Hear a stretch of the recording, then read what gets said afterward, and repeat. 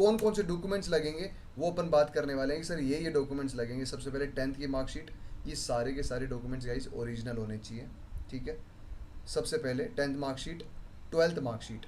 BSc अगर आप PHG में एडमिशन ले रहे हो, आईसीआर पीजी के लिए आप एडमिशन आपने फॉर्म भरा था, तो बीएससी की transcript, PDC, migration transfer certificate और कैरेक्टर सर्टिफिकेट। अगर आप पीएचडी के लिए एडमिशन के लिए डिज़ायरेबल हो तो MSc transcript, PDC, migration, TC या कैरेक्टर सर्टिफिकेट। माइग्रेशन या टीसी दोनों में से एक चलेगा।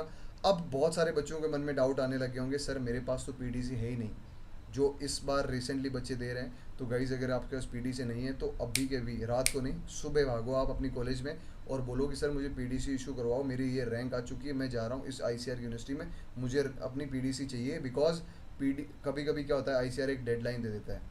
लेट से आज 10 सितंबर है, वो अगर बोल देगा 12 सितंबर से पहले जिसकी पीडीसी है मैं उसी को अलाउ करूँगा एडमिशन के लिए, तो क्या करोगे? आपने पूरी साल मेहनत करी, आपने पेपर भी निकाल लिया, आपने सब कुछ कर लिया, और अगर आपके उस पी से नहीं है तो आप धरे के धरे रह जाओगे। इसीलिए आप 12 से मतलब आप डेडलाइन लेके चलो खुद से कि मुझे 12 सितंबर से पहले पहले मुझे अपनी और अच्छी बात यह है कि वीकेंड नहीं है, अगर वीकेंड होता तो और ज़्यादा परेशानी हो जाती। वीकेंड नहीं है, जैसे मर्जी हो बाई हुक और क्रोक अपनी पीडीसी निकलवाओ अपनी कॉलेज से। और ये चीज़ चाहे थीसिस जमा हुई है तो थीसिस जल्दी से जमा करो और फटाफट ले लो। अगर बीएससी में हो तो थीसिस को कोई बात है ही नहीं, रावे का प्रोग्राम आपका कंप्लीट हो गया होगा और अपनी पीडीसी लो। फिर है कास्ट सर्टिफिकेट और डोमिसाइल सर्टिफिकेट। ये जनरली बच्चों को प्रॉब्लम आती है दो केसेस में। एक तो ये रिन्यू नहीं होते बच्चों के पास, तो आपको याद रखना है कि 6 मंथ से पुराने आपके पास ये सर्टिफिकेट नहीं होने चाहिए अपलोड करते समय। आपने हो सकता है एप्लीकेशन में पुराने डाले हो, लेकिन अब आपको नए डालने हैं।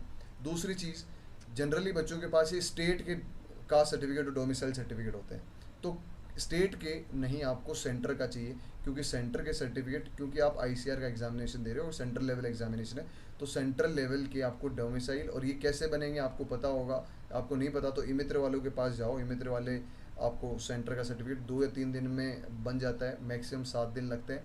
तो आप ये अभी आपके पास चांसेस हैं, आप आराम से बनवा सकते हो। अगर आपके पास नहीं है तो परेशान ना हो, नहीं पता तो आप हमें फ़ोन कर सकते हैं, हम बता देंगे कैसे बनता है। फिर बात करते हैं signature, thumb impression, passport photo, Aadhaar card, bank passbook, ये सब आपके पास होने चाहिए स्कैंड कॉपी में, ठीक है। ये सब होने के बाद आपके पास जो आपका एडमिट कार्ड है उसकी भी एक फ़ोटोकॉपी होनी चाहिए।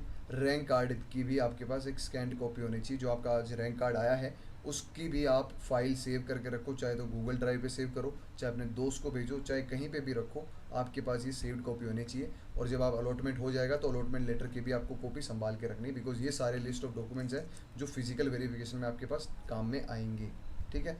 अब इन केस आपने डॉक्यूमेंट ये अपलोड कर दिए और यूनिवर्सिटी ये बोलती है कि सर ये डॉक्यूमेंट या तो अनक्लियर है या इररिलेवेंट है, तो आपको फिर से अपलोड करने को बोलेगा। जैसे मेरे केस में पिछले साल बोला था, आईआरआई की तरफ से मेल आया था कि आपके ये वाला डॉक्यूमेंट्स, अगर आपके डॉक्यूमेंट्स वेरीफाइड है तो आपको ग्रीन कलर से लिखा हुआ आएगा कि सर डॉक्यूमेंट वेरीफाइड, और अगर आपके पास डॉक्यूमेंट्स अनवेरीफाइड है, कुछ एक दो में प्रॉब्लम है, तो रेड कलर से आएगा डॉक्यूमेंट अनवेरीफाइड और नोट लिख के आएगा जो भी डॉक्यूमेंट में प्रॉब्लम है। तो आपको वो डॉक्यूमेंट्स वापस से रीअपलोड करना है, और उसके लिए आपको 1 या 2 दिन का ही टाइम मिलता है, तो ज़्यादा टाइम मिलेगा नहीं। तो इस वजह से आप कोई भी गलती करो नहीं।